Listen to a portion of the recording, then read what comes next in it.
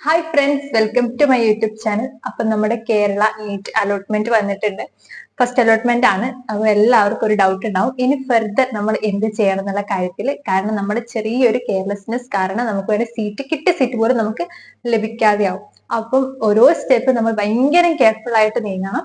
അപ്പം ഇന്ന് ഞാൻ വീഡിയോയിലൂടെ ഉദ്ദേശിക്കുന്നത് ഫസ്റ്റ് അലോട്ട്മെന്റിന് ശേഷം നിങ്ങൾ എന്തൊക്കെ ചെയ്യണം എന്നുള്ള കാര്യത്തിനെ കുറിച്ചാണ്. കാരണം ഈ അലോട്ട്മെന്റ് എല്ലാവർക്കും ഒന്നും കിട്ടിയിട്ടുണ്ടാവില്ല. കുറച്ച് കുട്ടികൾക്ക് ഈ അലോട്ട്മെന്റ് കിട്ടിക്കാണും. അവരെന്ത് ചെയ്യണമെന്നും കിട്ടാത്ത കുട്ടികൾ എന്ത് ചെയ്യണം എന്നുള്ള കാര്യമാണ് ഞാൻ ഇന്ന് ഈ വീഡിയോ കൊണ്ട് ഉദ്ദേശിക്കുന്നത്. അപ്പൊ നിങ്ങൾ നീറ്റ് എഴുതി അലോട്ട്മെന്റ് ഒക്കെ വെയിറ്റ് ചെയ്തിരിക്കുന്ന കുട്ടികളാണെങ്കിൽ ഈ വീഡിയോ ഫുൾ ആയിട്ട് ഇരുന്ന് കാണാൻ വേണ്ടി ശ്രമിക്കുക. ചാനൽ സബ്സ്ക്രൈബ് ചെയ്തിട്ടില്ലേ സബ്സ്ക്രൈബ് ചെയ്യാം. വീഡിയോ ഇഷ്ടമാണെങ്കിൽ ലൈക്ക് ചെയ്യാം. അപ്പൊ നമുക്ക് വീഡിയോയിലോട്ട് പോകാം. പ്രധാനമായിട്ടും 2 കോഴ്സിന്റെ അലോട്ട്മെന്റ് ആണ് വന്നിട്ടുള്ളത്. MBBS-ഉം BDS-ഉം. അത് ഗവൺമെന്റും സെൽഫ് ഫിനാൻസും വന്നിട്ടുണ്ട്.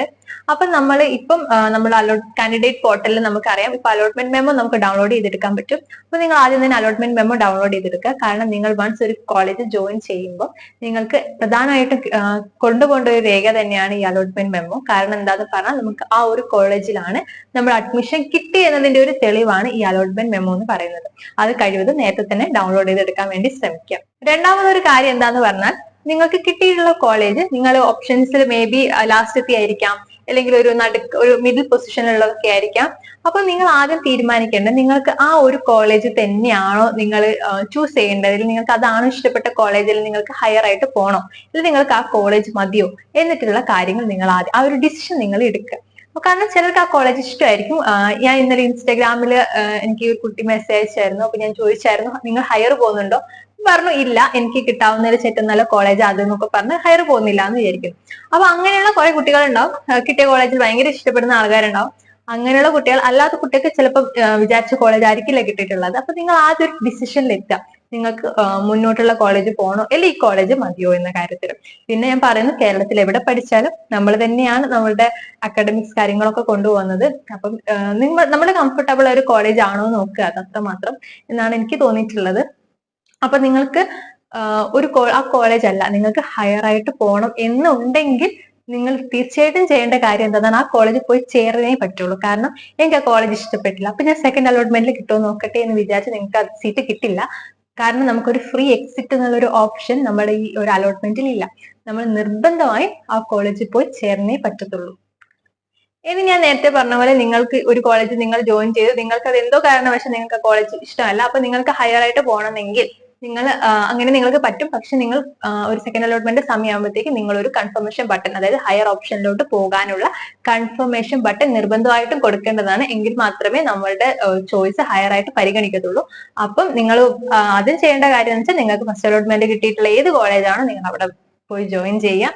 രണ്ടാമത് അടുത്ത ഓപ്ഷൻ സമയമാവുന്ന സമയത്ത് കൺഫർമേഷൻ ബട്ടണും കൂടി കൊടുക്കാൻ വേണ്ടി ശ്രമിക്കുക. അപ്പൊ ഈ കോളേജിലൊക്കെ എന്നൊക്കെ പോയി ജോയിൻ ചെയ്യണം എന്ന് പറഞ്ഞാൽ, ഇന്ന് 29, നാളെ 30, നാളെ തൊട്ട് അടുത്ത മാസം, അതായത് സെപ്റ്റംബർ 5 വരെയാണ് ഇതിന്റെ ലാസ്റ്റ് ഡേറ്റ് എന്ന് പറയുന്നത്. അപ്പം നാളെ മുതൽ സെപ്റ്റംബർ 5 വരെയിൽ നിങ്ങൾക്ക് കംഫർട്ടബിൾ ആയ ഒരു ദിവസം പോയിട്ട് നിങ്ങൾക്ക് അഡ്മിഷൻ എടുക്കാം. ശ്രദ്ധിക്കേണ്ട കാര്യം എന്താന്ന് പറഞ്ഞാൽ, 5-ാം തീയതിക്ക് ശേഷം അഡ്മിഷൻ എടുക്കാൻ പറ്റില്ല.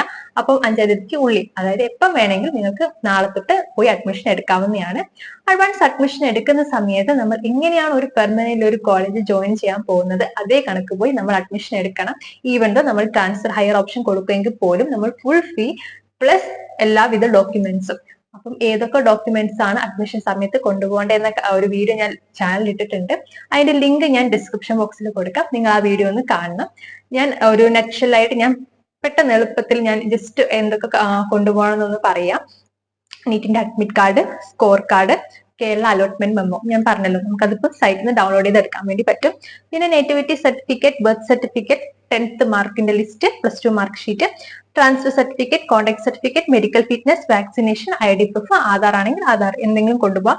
പിന്നെ നമ്മുടെ stamp paper, tuition fee, receipt, പിന്നെ passport size photo, migration certificate. അപ്പൊ ഇത്രയും കാര്യം കൊണ്ടായിരിക്കണം നമ്മൾ ഒരു കോളേജിൽ അഡ്മിഷൻ എടുക്കാൻ വേണ്ടി പോകുമ്പോൾ കൊണ്ടുപോകണം. പിന്നെ നമ്മുടെ കുറെ ഫോട്ടോസും കൊണ്ടുപോകണം കേട്ടോ.